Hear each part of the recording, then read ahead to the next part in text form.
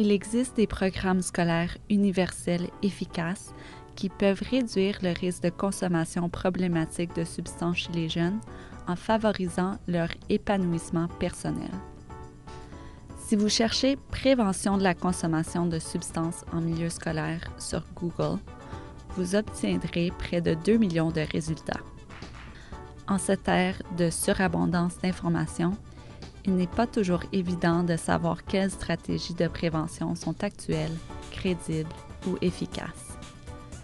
La recherche montre que les programmes traditionnels de prévention de la consommation de substances en milieu scolaire visent généralement à sensibiliser davantage les élèves aux conséquences sociales et sanitaires possibles de cette consommation et sont largement inefficaces sans autre intervention. De toute évidence, il est important d'avoir des conversations ouvertes et honnêtes sur la consommation de substances en milieu scolaire et de fournir des renseignements équilibrés aux jeunes.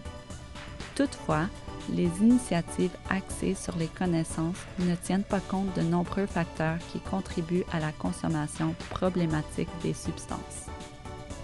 Inversement, les programmes scolaires qui mettent l'accent sur l'épanouissement personnel des jeunes et sur la santé et le bien-être en général offrent une approche plus générale pour prévenir la consommation problématique de substances.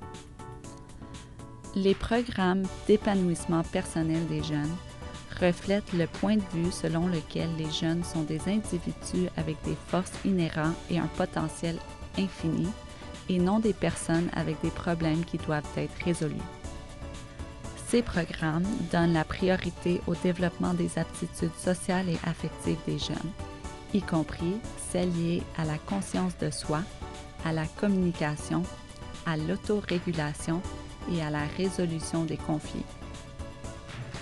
Ces compétences les aident à établir des relations bienveillantes et leur permettent d'avoir des expériences positives et des ressources qui favorisent le bien-être. Une telle orientation favorise le développement sain chez les jeunes et exerce une influence protectrice majeure contre la consommation problématique de substances, ainsi que contre les problèmes de santé mentale, l'intimidation et la violence.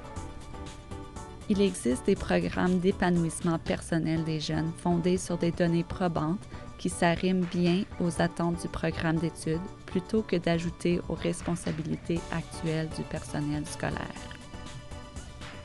Les relations saines, la pression des pairs, la prise de décision, la conscience de soi et l'empathie, un format interactif, du matériel stimulant et pertinent, et des occasions de réflexion personnelle et de partage entre les pairs sont tous des éléments communs de programmes efficaces d'épanouissement personnel des jeunes. Les programmes l'ABC des relations saines et les Relations saines plus ont été élaborés à l'intention des systèmes scolaires canadiens. Ils sont fondés sur l'idée que les aptitudes relationnelles peuvent être enseignées de la même façon que les autres aptitudes scolaires ou sportives. La recherche sur l'ABC des relations saines a montré des résultats promoteurs dans la promotion des aptitudes socio-émotionnelles et la réduction de la violence et des comportements à risque connexes. Il existe différents programmes d'études de l'ABC des relations saines pour s'adapter aux différents niveaux scolaires et systèmes d'éducation. L'équipe l'ABC des relations saines a également élaboré des programmes spécifiques pour les jeunes LGBTQ2 et les jeunes autochtones parce que ces populations ont des facteurs de protection uniques qui peuvent être renforcés en soulignant l'identité et la connectivité, mais qui sont aussi plus à risque de résultats défavorables comme la consommation problématique des substances. Les écoles sont un milieu où il est équitable et réalisable de mettre en œuvre des programmes universels d'épanouissement personnel des jeunes, d'autant plus que ces programmes ne ciblent pas des groupes spécifiques ou des comportements problématiques. Tous les jeunes peuvent profiter de l'élaboration d'une trousse d'outils et de mesures de soutien qui les aident à se protéger contre les résultats défavorables comme la consommation problématique de substances, et cela peut être réalisé grâce à des programmes scolaires efficaces qui favorisent l'épanouissement personnel des jeunes. Pour de plus amples renseignements sur ce projet, consultez notre série Prévention de la consommation problématique de substances par le développement positif des jeunes qui se trouve au site web du Centre pour la santé mentale scolaire à l'Université Western.